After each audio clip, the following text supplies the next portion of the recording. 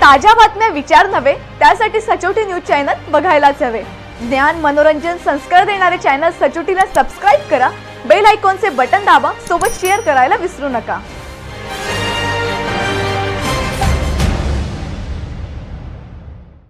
नगाव एज्युकेशन संस्थेत एकामागून एक घोटाळे बाहेर येत आहेत। चेतन पांडुरंग पवार यांची सुशीला दत्तात्रय उच्च माध्यमिक विद्यालय निमदाडे जिल्हा धुळे येथे प्राचार्य म्हणून 2012 पासून नियुक्ती दाखविली आहे।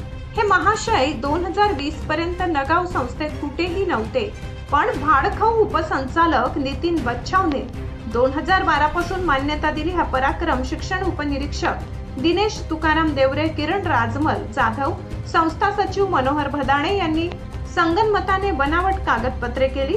मुळात चेतन पवार हा 2018 पर्यंत गोंदूर येथील निकम इन्स्टिट्यूट ऑफ पॉलिटेक्निक मध्ये प्राचार्य होता। नगाव संस्थेची काडी मात्र संबंध नसताना बनावट पुरावे तयार करून नगाव संस्थेत प्राचार्य झाल्याचे पुरावे सचोटीने गोळा केले असून राजकुमार छाजेड यांनी गुन्हा अन्वेषण विभागाकडे तक्रार दिली।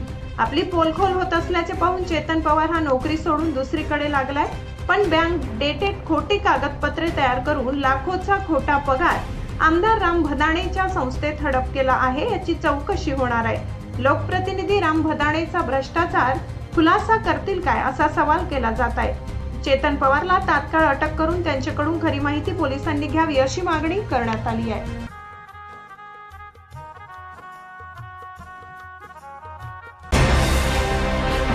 ताज्या बातम्या विचार नव्हे त्यासाठी सचोटी न्यूज चॅनल बघायलाच हवे।